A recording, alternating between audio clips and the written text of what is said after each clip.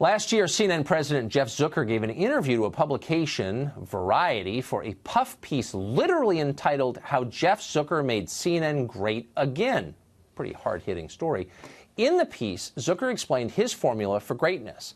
Hard news, and yet more hard news. Quote, he said, "I think our air, as opposed to others, is truly fair and balanced." Zucker said that, apparently without snickering.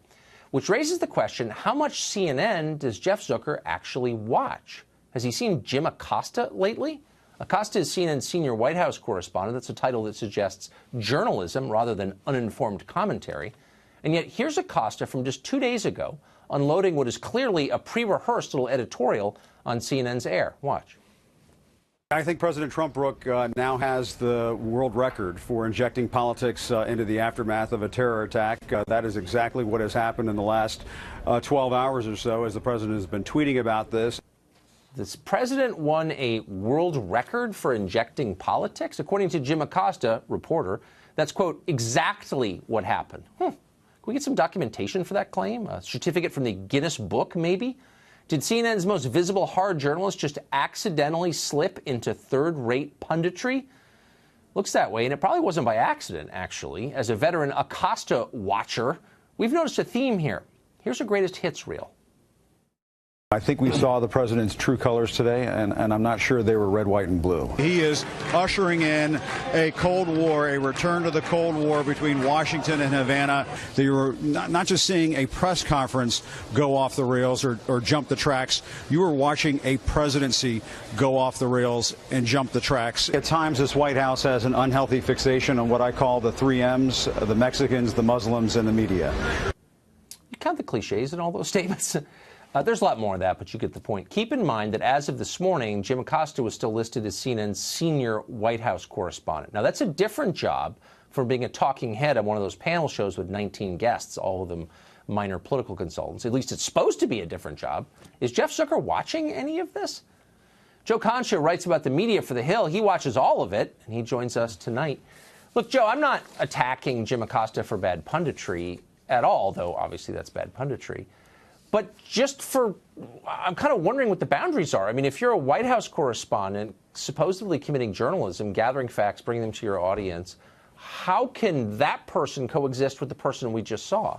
It cannot, Tucker. I mean, as far as reporters are concerned, you could say that Jim Acosta is the face of the anti-Trump movement. And that's fine if he's an activist or even an opinion host like yourself. The problem is, as you've noted, he is a senior White House correspondent for one of the largest news organizations in the world, and what that does to CNN by extension, fairly or not, because there's plenty of good reporters over there, it gets labeled as not an objective news network that leads with facts first, but as the opposition party. And if you talk to folks within the administration, and I have, and you ask them, are Jim Acosta's day-to-day antics in terms of making himself the story, is that good or bad for you? And they enthusiastically say yes, because he is making our argument for us that not only is the media as a whole, because now they could use a broad brush, negative towards us, but they treat us with hostility, and they're actually, during these press briefings, taking a side on a position and openly debating us on it. That's not what White House senior correspondents do. Well, it's not. It's not. And, you know, for all the grief that Fox takes, mostly because of shows like this, that I'm jumping around, getting your face with my opinion, and I get that's fine. Our guys at the White House don't behave like that. I mean, they're not running around giving little editorials about things. They never have been like that. Does no one else notice that this is happening at CNN? And by the way, I should just say, you're right. There are some really good people at CNN. I know them. I used to work there. And there still are. But Jim Acosta seems to discredit them. And you're saying, is anybody noticing it? Well, of course they are. I mean, he's one of the most visible people on the network. A lot of people watch the press briefings. It beats some soap operas on major news networks. That's a true fact. Let me read you. There was a profile on Acosta in Politico at the end of September, and this is how the last paragraph reads. Acosta took a last sip of his beer, content that, and I'm going to accentuate the words here that tell you everything wrong about the way he's going about his job, content that he was on the right side of history. Quoting Acosta, people are going to look back at this moment and ask each and every one of us, what did you do when Trump was doing this to America? What role did you play? Now, that's taking a side and saying that my ideas are better than your ideas and my worldview is more righteous than yours. He sounds like Dietrich Bonhoeffer. Was he a theologian or something? I thought he was a white, you know, a German theologian who was murdered for his beliefs by the Nazis. I mean, the point is, he makes it sound like he believes he has a moral mission, when I thought he was supposed to be a reporter. Yeah, and the problem is that it's not just Jim Acosta, but other pundits at that network. The CNN political analyst, Brian Fallon, he was the national press secretary for Hillary Clinton. I asked your producers to put together this tweet, to put it on the screen, because it really just shows you what an analyst, a political analyst, should not be doing. He says that's a live look at Ed Gillespie campaign strategy meeting. He tweeted this out last week.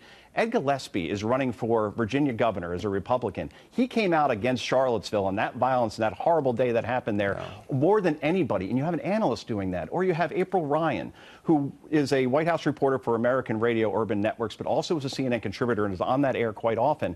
And she asked the press secretary just 2 days ago, do you think that the administration thinks that slavery is wrong in the U.S.? You don't ask a question like that, Tucker, if you want a meaningful answer. You ask a question like that to make yourself the story and get retweeted and go viral. I love how they're attacking Ed Gillespie as some kind of extremist. I mean, he's so moderate. Yeah. I mean, from my perspective, anyway. Someone told me the other day that Keith Olbermann isn't well. Have you heard that? Keith Olbermann, since the theme tonight is making yourself the story, obviously likes to say things that are provocative and over the top. That is not what's surprising. But on The View, and I don't know if you have this soundbite, but on The View, oh, you do? Okay, if we could play that real quick. You said recently via tweet that Trump and his family have done more damage to America than bin Laden and ISIS combined. Yes. Do you believe that? Yeah, we did really well after 9/11. I don't think the country has given itself enough credit for what we did not do after 9/11. We did not restrict all of the freedoms in this country. We did not single out people. Is he okay? I mean, are other people concerned about him?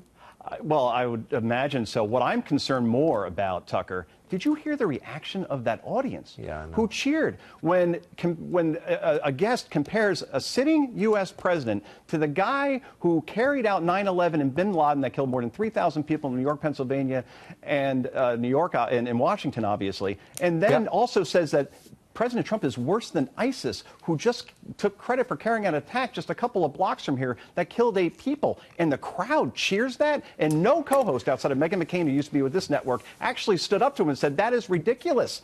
We've lost our mind. This makes you hurt your hair. Makes me a little nervous. Joe Concha, as always, thank you. Thanks, Tucker.